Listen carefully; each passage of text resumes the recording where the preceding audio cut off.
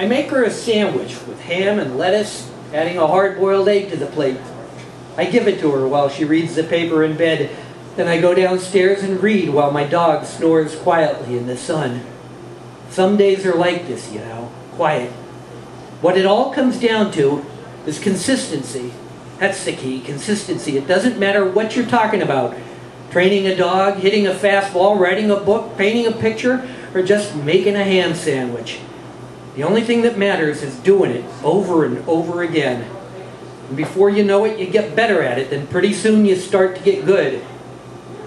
A few lucky ones even get great. And in the eyes of the world, the great are always lucky.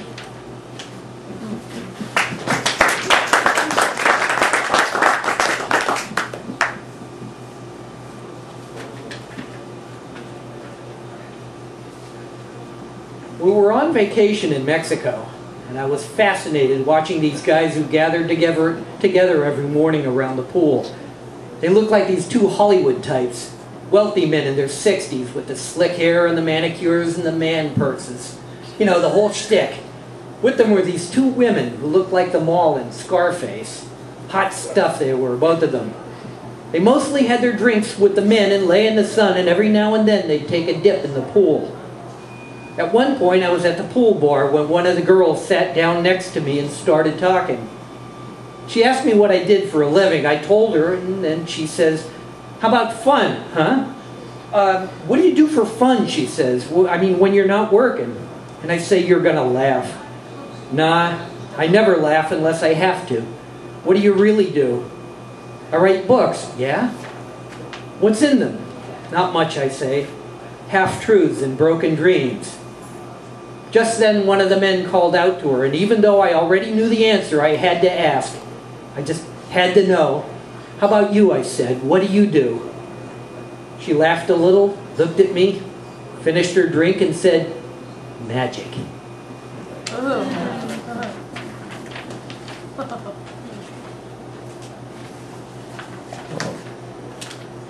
Two more. "Somebody take my picture. Right now, quick. Right now." Kathy's upstairs baking something. I don't know what it is, but the recipe calls for whiskey. She asked me to get it for her, so I dug a bottle of Jack Daniels out of the liquor cabinet. It's right now sitting on top of the desk in front of me, along with my reading glasses and some poems I just finished. It'd make a great picture. You know, the hard-drinking and harder-living poet knocking off the poems, and the JD with equal skill. A great picture. Come on, take it now. Take it now and I'll sign it for you. Take it now and I'll give you $20 to go away. Take it now before you go upstairs and take that other picture. You know the one. Me, in an apron, taking cookies out of the oven.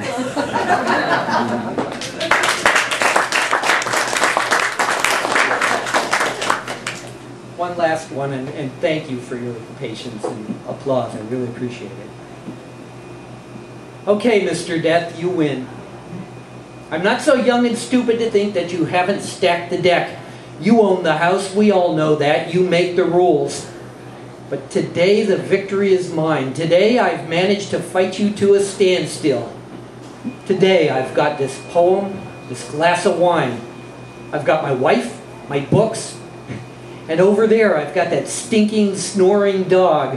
And that's victory enough for me. Today, Mr. Death, you lose, and the glory of the gods is mine."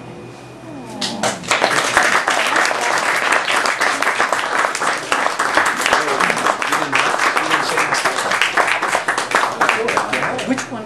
It's the one.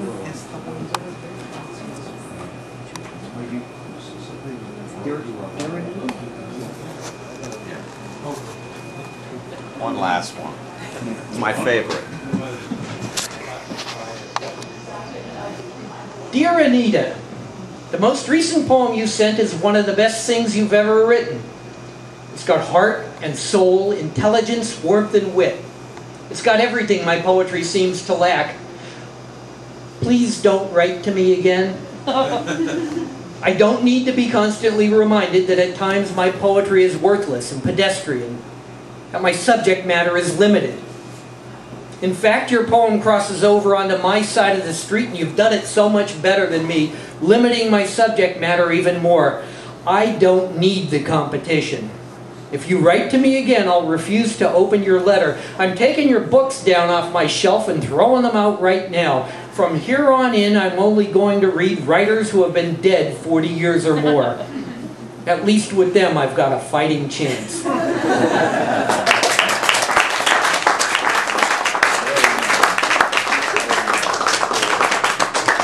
Thank you. That was John Yamrus, and Leon and Scott are going to play now, and we'll let them play a little longer than 9 o'clock, so you can hang out for another, 9:15, 9:20, 9:30, whatever works. So thank you again. Thank you, John.